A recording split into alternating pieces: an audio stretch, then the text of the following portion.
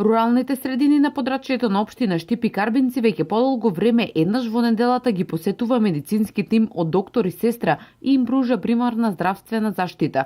На 7 пунктови се распределени во селата Драгоево, Селце, Тричешми, Карбинци, Крупиште, Таринци и Аргулица, а во останатите села посетите ги вршат патронажни тимови. Значи со себе имаат ЕКГ апарат, имаат услови за мерење на шеќер во крвта, холестерол во крвта, за земање на крв на пациентите. Према насоките на Министерството за здравство се очекува во најскора иднина да овој проект биде проширен со уште еден тим, со уште 1 до 2 тима, со што би биле подостапни за пациентите, односно времетраењето на посетите на лекарите во одредените места ќе биде подолго, односно во текот на целиот ден, односно во текот на целото работа.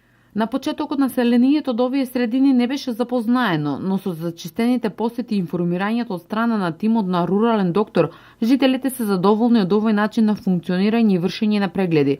Во исто време се подигнува здравствената свест на жителите од овие средини за почести контроли и навремено земање на соодветната терапија. Ако има можност некој да ги донесе во градот, пред се зборувам за постарите луѓе, бидејќи ними ми е најпотребна ова здравствена нега.